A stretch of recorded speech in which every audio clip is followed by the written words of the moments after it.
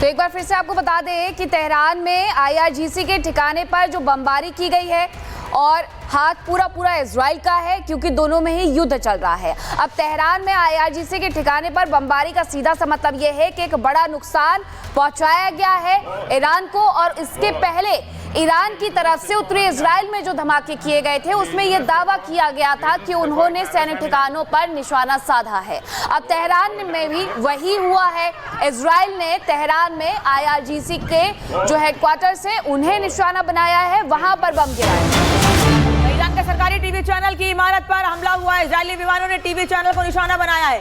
Iran के सरकारी TV channel की इमारत पर हमला हुआ है। इसके पहले भी एक तस्वीर सामने आई थी जब ईरान की न्यूज एंकर बुलेटिन पढ़ रही थी और तभी पीछे से धमाका होता है। अब एक बार फिर सरकारी टीवी चैनल पर हमले की बात सामने आ रही है। इजरायली विमानों ने टीवी चैनल को निशाना बनाया है। न्यूज चैनल के दफ्तर को निशाना बनाया गया है। तो ईरान के सरकारी टीवी चैनल्स की इमारत पर हमला किया गया है। वहीं इजरायली हमलों को लेकर के ईरान ने बड़ा दावा किया है। विश्वविद्यालय पर भी आईडीएफ की तरफ से बमबारी की गई है। ये ईरान ने सबसे बड़ा दावा तक का कर दिया है, जिसमें यह बताया गया है कि विश्वविद्यालय पर आईडीएफ ने बमबारी की है। इजरायली हमलों को लेकर के ईरान ने यह बड़ा दावा किया है। सरकारी न्यूज चैनल हो, आईआरजीसी हो या फिर विश्वविद्यालय हो, वहां पर आईडीएफ की बमबारी देखने को मिली है। यानी ताबड़तोड़ तरीके से ईरान पर हमला किया जा रहा है, लेकिन विश्वविद्यालय को भी इस दौरान निशाना बनाया गया है। ईरान के कई इलाकों में बिजली सप्लाई ठप हो गई है। इजरायली एयर स्ट्राइक के बाद बिजली सप्लाई ठप हो गई है। दफ्तर पे हमला, न्यूज चैनल के अलग अलग जगहों पर हमले हुए, जिसके बाद बिजली सप्लाई ठप हो गई है। तो तेहरान के कई इलाकों में बिजली सप्लाई भी ठप हो गई है, ये जानकारी मिल रही है। ये तस्वीरें हम आपको दिखा रहे हैं। 1 2 3 4 जगह ये बड़े धमाके किए गए हैं। मेजर सबरपाल तूर हमारे साथ जुड़े हुए हैं। मेजर तूर, जिस तरीके से ये धमाके देखने को मिल रहे हैं उसमें मेरा सवाल सबसे पहला यही है, विश्वविद्यालय पर हमला करना आईडीएफ के द्वारा और उसके अलावा टीवी चैनल्स पर हमला करना, क्या ये स्वीकार्य है? अब एक दूसरे के सिविलियन पॉपुलेशंस को भी टारगेट कर रही हैं, और जिस तरीके से अब जेल के ऊपर भी जो हमला किया गया है, तो एक साफ मैसेज जा रहा है कि इजराइल और यूएस को वहां पे हुकूमती बदलाव चाहिए, और जितने भी अरेस्टेड पॉलिटिकल प्रिजनर हैं तो उनको रिहा करवाने के लिए ये एक रणनीति है कि जेलों पे हमला किया जाए अलग अलग लोकेशंस पे, ताकि वहां पे सपोर्ट इकट्ठा हो सके खमेनी के खिलाफ। तो वो अभी पहल बहुत दूर की बात है। और जहां तक देखिए विश्वविद्यालय, देखें जब युद्ध लगता है तो विश्वविद्यालय ऐसी जगहें होती हैं जहां पे कि जमावड़ा के लिए वहां पे परमिशन दी जाती है। तो हो सकता है कि वहां पे कोई इंफॉर्मेशन हो कि वहां पे शायद ईरानियन रिपब्लिकन गार्ड इकट्ठी हो रही होगी, या फिर वहां के जो सिविलियन लड़ाकू रिबेल्स हैं वो वहां पे तैनात हों। तो देखिए बिना किसी इंटेलिजेंस इनपुट के जाहिर सी बात है इजराइल ऐसी गलती नहीं करेगा जो मतलब ऐसी लोकेशंस पे हमला करना।